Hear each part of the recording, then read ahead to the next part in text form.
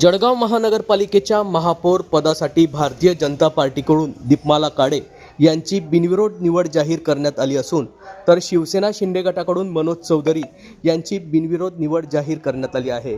मंत्री गिरीश महाजन, मंत्री गुलाबराव पाटील, आमदार सुरेश भोडे, आमदार मंगेश चव्हाण यांच्या प्रमुख उपस्थितीत जळगाव शहरातील कोट चौक येथील मंत्री गिरीश महाजन यांच्या संपर्क कार्यालयात यावेळी ही बैठक पार पाडण्यात आली असून सर्वानुमते हा निर्णय घेण्यात आला। आज दिनांक 2 फेब्रुवारी रोजी दुपारी 12 वाजता या बैठकीचं आयोजन करण्यात आलं होतं। या संदर्भात भारतीय जनता पार्टीच्या महापौर पदाच्या उमेदवार दीपमाला काळे व उपमहापौर पदाचे उमेदवार मनोज चौधरी नेमकं काय बोलले आहेत ते जाणून घेऊयात। आज फार आनंद झाला आहे की महापौर पदासाठी माझी ही निवड झालेली आहे। वरिष्ठ आमच्या पक्षाचे वरिष्ठ आहे, त्यांनी मला आदेश दिला आहे की महापौराचा फॉर्म भरायचा आहे आणि त्यामुळे मला फार आनंद होत आहे। पक्षाने जी संधी दिली त्याबद्दल काय सांगणार ताई? पक्षाने संधी दिली त्याबद्दल मी सांगू इच्छिते पक्षाला आणि सर्व जळगावकरांना की त्या संधीवर मी म्हणजे माझ्या ह्या महापौर पदाच्या खुर्चीला मी पुरेपूर न्याय देऊ इच्छिते।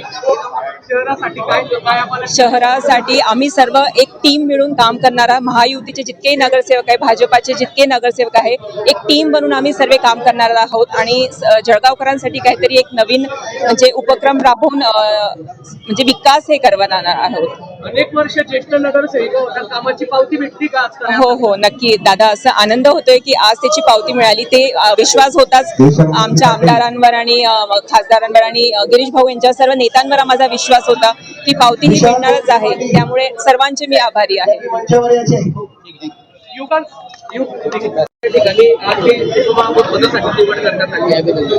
नमस्कार, मी मनोज चौधरी प्रभाग 9 मधून निवडून आलो होतो शिवसेनेतर्फे। मी आज आपल्या महाराष्ट्राचे उपमुख्यमंत्री जे अजितदादा पवार यांचे दुर्घटनेत निधन झालं, त्यांना मी आधी श्रद्धांजली देतो शिवसेनेतर्फे। आणि आज जी मला संधी शिवसेनेतर्फे आपल्या जिल्ह्याचे लाडके पालकमंत्री भाऊसाहेब गुलाबराव पाटील साहेब असतील, आमचे मुख्य नेते एकनाथराव शिंदे साहेब असतील, दुसरे नेते आपले गिरीश भाऊ महाजन असतील, आपल्या शहराचे आमदार राजूभाऊ भोये असतील, चंद्रकांतजी सोनवणे असतील, चंदूभाई असतील, किशोरप्पा असतील, कोणाचं नाव राहिलं असेल मी त्यांची माफी मागतो।